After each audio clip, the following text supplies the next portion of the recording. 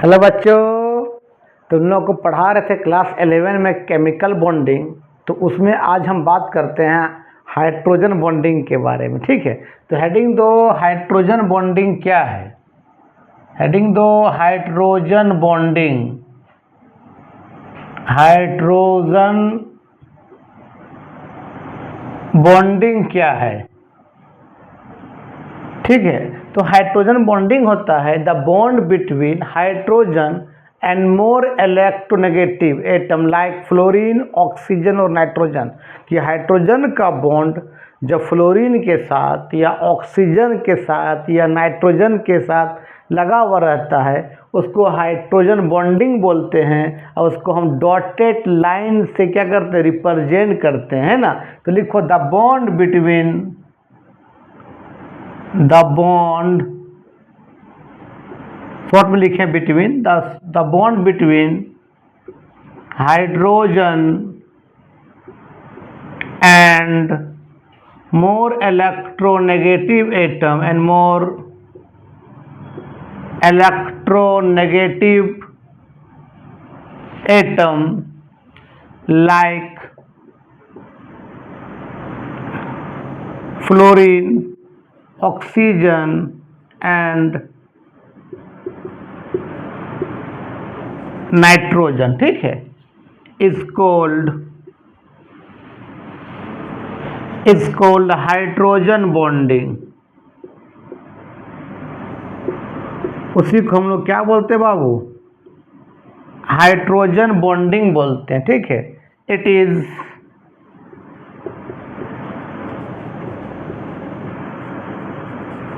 denoted by या it is represented by, it is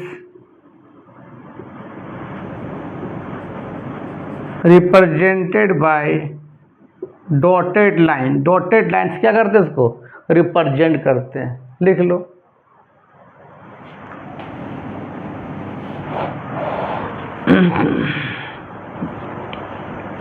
चलो, समझ में आ गया। अब हाइड्रोजन बॉन्डिंग जो होता है वो दो तरह का होता है। एक होता है इंटर हाइड्रोजन बॉन्डिंग, एक होता है इंटर हाइड्रोजन बॉन्डिंग होता है। ठीक है, और दूसरा होता है इंट्रा हाइड्रोजन बॉन्डिंग। क्या होता है, इंट्रा हाइड्रोजन बॉन्डिंग होता है। इंटर का मतलब होता है या तो सेम मॉलिक्यूल्स के बीच या डिफरेंट मॉलिक्यूल्स के बीच जो बॉन्ड लगा होता है उसको बोलते हैं इंटर हाइड्रोजन बॉन्डिंग। मतलब सेम मॉलिक्यूल्स के बीच सेम मॉलिक्यूल्स के बीच लगा रहेगा या डिफरेंट मॉलिक्यूल्स के बीच डिफरेंट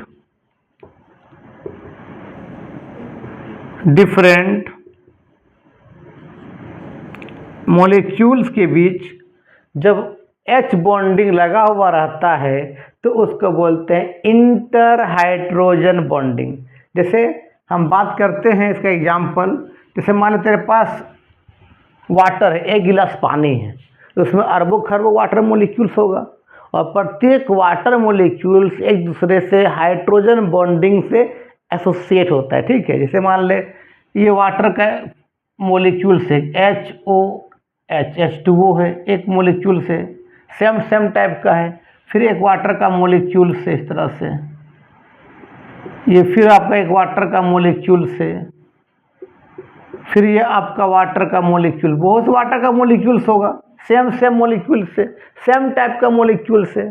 तो इसका O इसका H में क्या लग जाएगा, H बॉन्डिंग से एसोसिएट होगा, H बॉन्डिंग से जुड़ जाएगा। इसका O इसका ऐसे क्या लग जाएगा, H बॉन्डिंग से जुड़ जाएगा।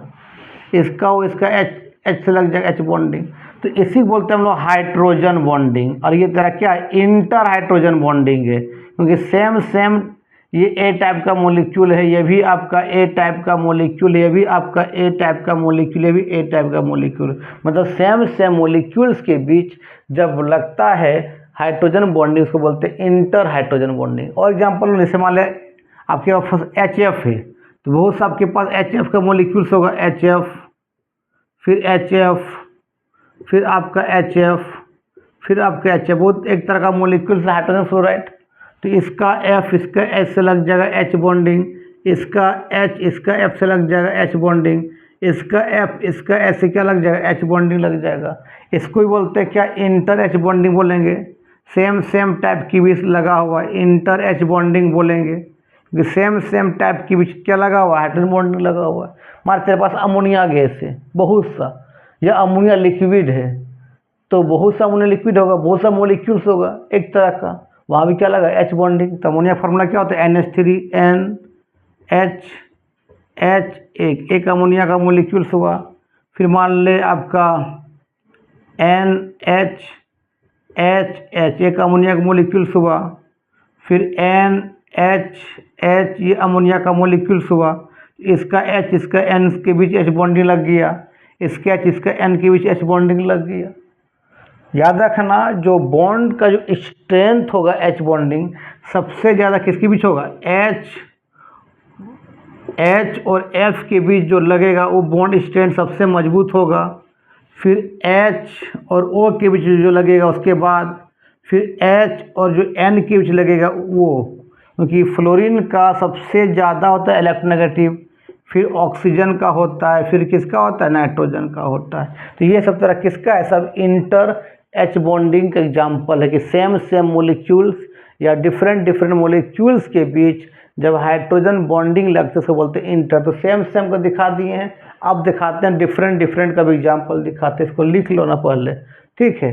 जैसे मान लेते हैं हमने क्या किया कि वाटर में डाल दिया अमोनिया, वाटर के अंदर डाल दिया अमोनिया लिक्विड। तो भाई एक वाटर का मॉलिक्यूल इस तरह देखो, तो ये वाटर का मॉलिक्यूल एक हुआ, फिर आ जाएगा अमोनिया का मॉलिक्यूल आ जाएगा, तो NH,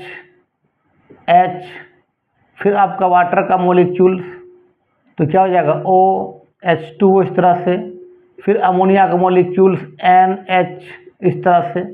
देखो तो यहाँ पर डिफरेंट डिफरेंट मॉलिक्यूल्स है, वाटर भी है अमोनिया भी है, मतलब वाटर की तरह A टाइप का मॉलिक्यूल से, अमोनिया B टाइप का मॉलिक्यूल, वाटर फिर A टाइप का, फिर अमोनिया क्या रे B टाइप का। इसका H इसका N के बीच लग जाएगा H बॉन्डिंग, ठीक है। फिर इसका O इसका H के बीच लग जाएगा H बॉन्डिंग, इसका H इसका N के बीच लग जाएगा H बॉन्डिंग। तो यहाँ पर भी हाइड्रोजन बॉन्डिंग है, लेकिन क्या डिफरेंट डिफरेंट मॉलिक्यूल्स के बीच लगा हुआ है, तो इसको बोलते हैं इंटर हाइड्रोजन बॉन्डिंग बोलते हैं, ठीक है। अब बात करते हैं हम लोग intra hydrogen bonding. Intra hydrogen bonding, तो बाबू इंट्रा हाइड्रोजन बॉन्डिंग जो होता है वह एक ही मॉलिक्यूल के बीच लगता है, सेम सेम मॉलिक्यूल ना, एक ही मॉलिक्यूल के बीच जो बॉन्ड लगता है उसको बोलते हैं इंट्रा हाइड्रोजन बॉन्डिंग। जैसे आपका मान ले इस एग्जांपल लिए, मान ले आपका बेंजीन है, बेंजीन के ऊपर जब लगा रहता है बाबू OH, उसको बोलते हैं फिनॉल। हम पढ़ाएंगे तुम लोग GOC में या हाइड्रोकार्बन, तो उसमें और समझ में आएगा, खाली अभी एग्जांपल याद रखना।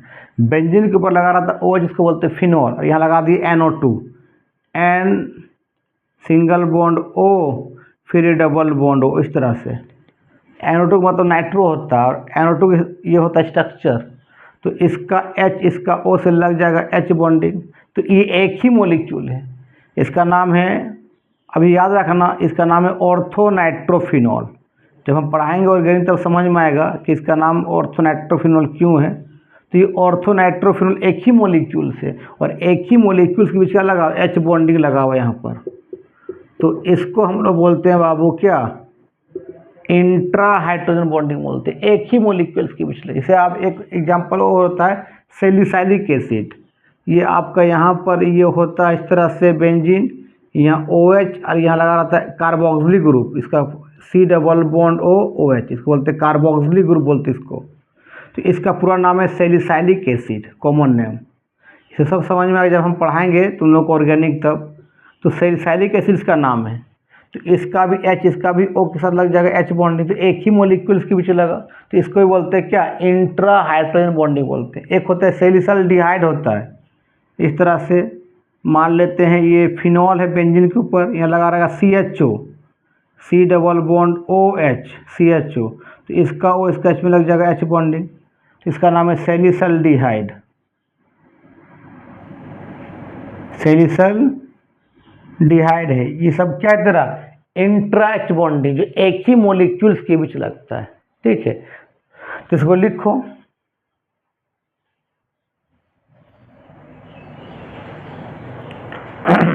लिख लिया। याद रखना कि सबसे ज़्यादा फोर्स ऑफ अट्रैक्शन होता है इंटर एच बॉन्डिंग का, इसका जो होता है इंटर एच बॉन्डिंग का फोर्स ऑफ अट्रैक्शन ज़्यादा होता है as compare to intra hydrogen bonding. इसका फोर्स ऑफ अट्रैक्शन ज़्यादा होगा, ये आपका लेस वोलेटाइल होगा, जल्दी उसका वेपर नहीं बनेगा, लेस वोलेटाइल होगा, ठीक है। तो इसका force of attraction FOA, force of attraction भी ज़्यादा होगा, तो उसका बॉइलिंग पॉइंट BP भी क्या होगा, ज़्यादा होगा। लेकिन ये क्या है, इसका फोर्स ऑफ अट्रैक्शन कम है, तो ये आपका मोर वोलेटाइल होगा, जल्दी वेपर उड़ जाएगा। वोलेटाइल का मतलब वेपर बनना रहे, मोर वोलेटाइल होगा। फोर्स ऑफ अट्रैक्शन क्या होगा, थोड़ा सा कम होगा, तो बॉइलिंग पॉइंट भी क्या हो जाएगा, घट जाएगा। इसको लिख लो, ठीक है। तो अब तुम लोगों को केमिकल बॉन्डिंग पूरी फिनिश कर दी है, ठीक है। अब हम जो मंडे से पढ़ाएंगे तुम लोगों को थर्मोडायनेमिक्स, जो सबसे इम्पोर्टेंट चैप्टर है। तो याद रखना, structure of atom, chemical bonding, thermodynamics है ना, इक्विलिब्रियम और GOC और हाइड्रोकार्बन अच्छा से कमांड रखना, ताकि आपको JEE मेंस में दिक्कत नहीं होगा। JEE हुआ, नीट हुआ, क्योंकि इसमें इस सब चैप्टर में बहुत क्वेश्चन पूछा जाता है, ठीक है, और बोर्ड में भी, ठीक है। तब तक के लिए बाय बाय। देखो वीडियो अच्छा लगता होगा सब सब्सक्राइब भी करो, कमेंट भी करो और आगे दोस्तों को फॉरवर्ड भी करो, ठीक है। तब तक के लिए बाय बाय।